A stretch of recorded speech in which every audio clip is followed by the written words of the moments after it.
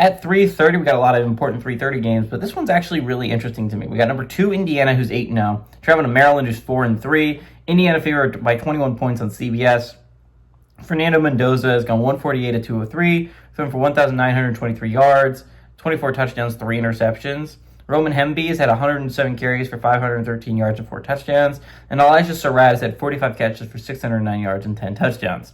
Malik Washington for the Terrapins has gone 160 to 268, thrown for 1,716 yards, 11 touchdowns, 3 interceptions. DeJuan Williams has had 83 carries for 292 yards and 2 touchdowns. And Shalik Knott has had 6 catches for 421 yards and 5 touchdowns.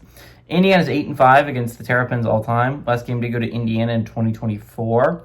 Maryland has had won the previous 3 before that moment, though. 2019 was the last time Indiana was able to go on the road and beat Maryland.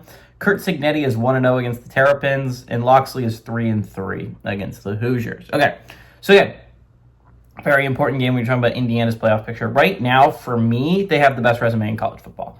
This is the team that I think if the season ended right now would be the 1 seed overall.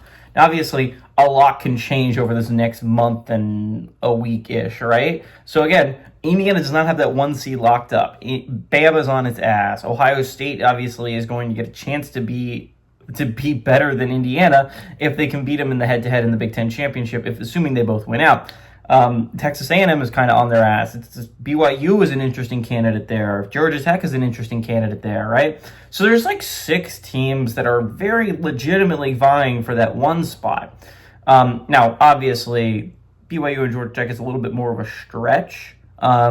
Same with Texas A&M. They would need a lot to go right, because again, if it's Indiana and Ohio State are undefeated at the end of the month and they're playing each other, the only team that realistically maybe has a shot at stealing the 1 seed away from the winner of that would be maybe Bama.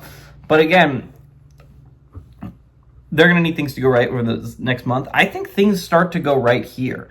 Maryland is a really scary 4-3. If you look at yes, they're a 3-loss football team, but if you look at their 3 losses, they lost by 4 to Washington. That was a heartbreaker. They led by 20 in that game. They lost barely to Nebraska, and then they lost on a game-winning field goal against UCLA. Just heartbreaking losses every way you look at it for the Terrapins. But they're coming off a bye. They're going to be ready for this Hoosiers team. This is the toughest game Indiana has left on its schedule. You look at the last 3, they play Wisconsin, Penn State, and Purdue. All teams that are likely not going bowling this year. Maryland is their biggest threat. Again, this is a scary Maryland team. Maryland, to me, in the Big Ten, is what Auburn is in the SEC. A team with a not very good record, or maybe even South Carolina, a team with a not very good record, but is scary enough to beat anyone on any given Saturday. Maryland, to me, can beat anyone on any given Saturday. And yes, Indiana's not going to overlook a team, but they really went all out against UCLA last week. They wanted to make sure they were not upset coming off just a monstrous win, right? And so if you're looking at it from this perspective, I like the Terrapins here for a pretty massive upset to kind of flip the playoff picture on its head. I think the Terrapins get a massive win at home. I think they storm the field. Give me the Terrapins to pull off the 21-point upset and win at home.